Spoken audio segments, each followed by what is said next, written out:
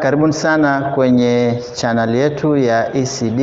Ni channel pendwa ambayo inarusha vipindi mbalimbali vinavyomhusu mtoto maandalizi na mwalimu wa maandalizi. Msisahau kuweza kusubscribe katika channel yetu hii, lakini kulike na kukomenti ili tuweze kwenda sambamba na kuweza kupata video mbalimbali za kuweza kufaidisha wewe pamoja na jamii, ili tuweze kupeleka na kuinua kiwango kikubwa cha watoto wetu hapa Zanzibar.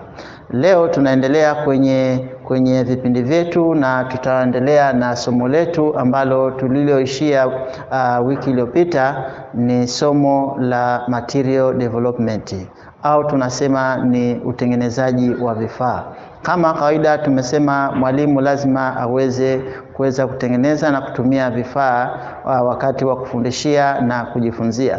Kwa hiyo wiki iliyopita tuliangalia aina mbili za utengenezaji wa vifaa, au aina mbili ya vifaa vya kufundishia na kujifunzia. Tukasema aina ya kwanza kuna modern instructional material. Kiswahili tunasema ni vifaa vya kisasa ambavyo vinatumiwa katika kuweza kufundishia na kumfundishia mtoto. Lakini aina ya pili tukasema ni the traditional instructional materials.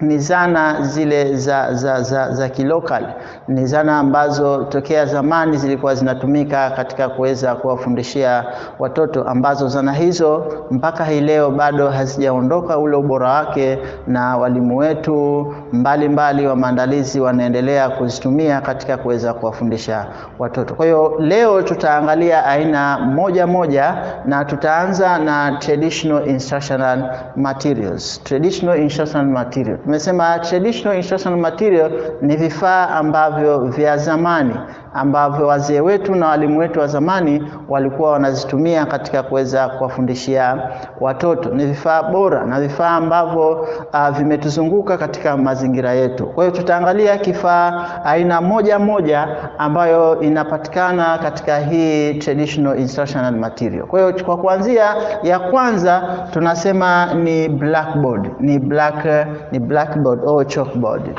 Hichi ni traditional, hichi ni kifaa ambacho ni kifaa maarufu sana ambacho kinatumika katika kuweza kuwafundishia watoto mle darasani. Ni kifaa ambacho cha zamani, tokea wazee wetu, walimu wetu wa zamani walikuwa wanakitumia katika kuweza kufundishia, kiasi ambacho hata sasa hivi huwezi ukaenda katika skuli yoyote usipoona hii blackboard au chalkboard.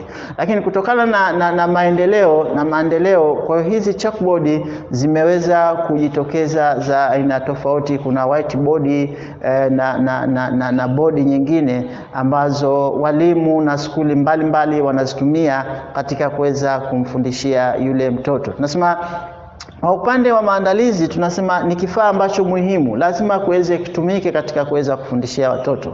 Lakini tunasema mwalimu anapofundisha watoto wa maandalizi, tusijaribu sana kuweza kutumia muda mkubwa sana kwa kutumia ubao kuwafundisha watoto. Lazima mtoto, tunavyojua, anajifunza sana kwa vitendo zaidi, na anajifunza sana kupitia vifaa mbalimbali vya kuchezea na vingine ambavyo vitamfanya awe na uwezo mkubwa wa kuweza kufahamu kile ambacho mwalimu anachofundisha. Kwa hiyo blackboard ni kifaa ambacho ni traditional, ambacho mpaka sasa hivi tunaweza kukitumia na walimu na skuli mbalimbali wanazitumia katika kuweza kufikisha ujumbe kwa watoto. Hicho cha kwanza. Lakini cha pili tunazungumzia textbook ni traditional materials, ni traditional teaching and learning materials, ambacho nacho kifaa hichi tokea zamani kilikuwa kinatumika katika kuweza kufundishia watoto, ambapo hizi textbook tunasema kuna zile ambazo mwalimu anazitumia katika kuweza kuwafundishia watoto. Mwalimu anazitumia vile katika kuweza kuandikia taarifa mbalimbali za watoto. Lakini textbook ni kifaa ambacho muhimu na ni kifaa ambacho zinatumika katika kuweza kuwafundishia watoto. Kuna textbook ambacho mwalimu zimecontain picha, kuna textbook ambazo zimecontain vitu mbalimbali ambavyo mwalimu anatumia katika kuweza kuwaonyeshea watoto, lakini mwalimu anatumia katika kuweza kubuni vitu mbalimbali ili kuweza kufikisha ule ujumbe kwa watoto, kuona namna gani watoto wanaweza kufaidika na hii textbook. Na kwenye textbook kutokana na maendeleo sasa hivi kuna textbook ambazo tayari zimekuwa ni printed, ambazo tayari zimechapishwa kutokana na advancement ya maendeleo ya teknolojia. Kwa hiyo kuna textbook ambazo zimeprintiwa, kunapatikana information tofauti ambazo mwalimu anaweza kuzitumia katika kuweza kufundishia na kujifunzia. Na kwenye textbook, mwalimu unapochagua textbook lazima uangalie vigezo ambavyo hivi unaona vitaenda sambamba kutokana na kigezo hichi, kwamba ili textbook itakuwa ni kizuri kwa kutumia katika kuweza kufundishia. Na mfano wa kigezo kimoja, kuangalia je, ile textbook inaendana na malengo na kile kiwango kwa wale watoto. Lakini kifaa cha pili tunaangalia cha tatu, samahani, kuna kifaa cha tatu tunaangalia chati au picture and poster.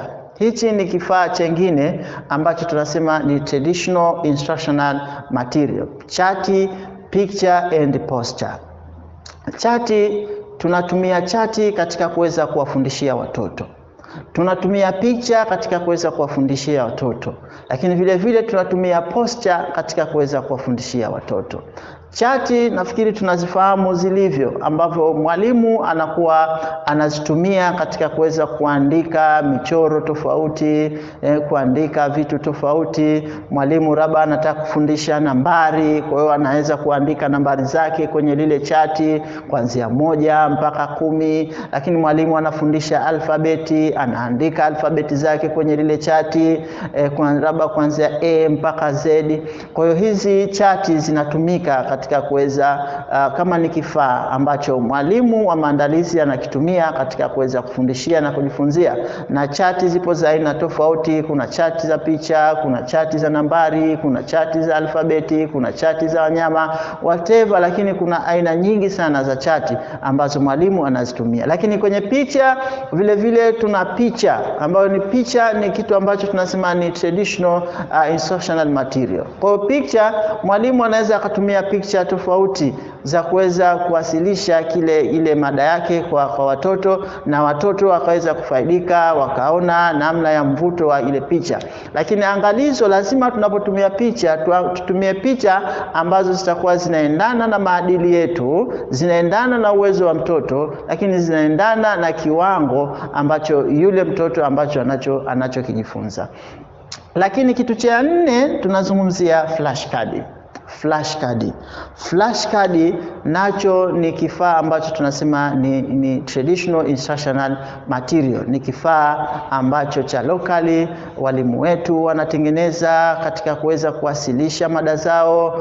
Flashcard ni zipo nyingi tu. Kuna flashcard ambazo zinazoning'inia, zile ambazo tukienda katika mashule yetu walimu wametengeneza, zimening'inia katika darasa la maandalizi. Kuna flashcard ambazo zinaonesha nambari, kuna flashcard ambazo mwalimu anaonesha alfabeti, kuna kila aina ya flashcard. Lakini miongoni mwa kitu muhimu sana ambacho mwalimu anatakiwa aweze kukibuni na kuweza kutumia darasani, basi ni flashcard. Kwa flashcard ni miongoni mwa traditional instructional material ambazo mwalimu atakuwa anatakiwa kuweza kuzitumia katika kufundishia. Lakini tuna toys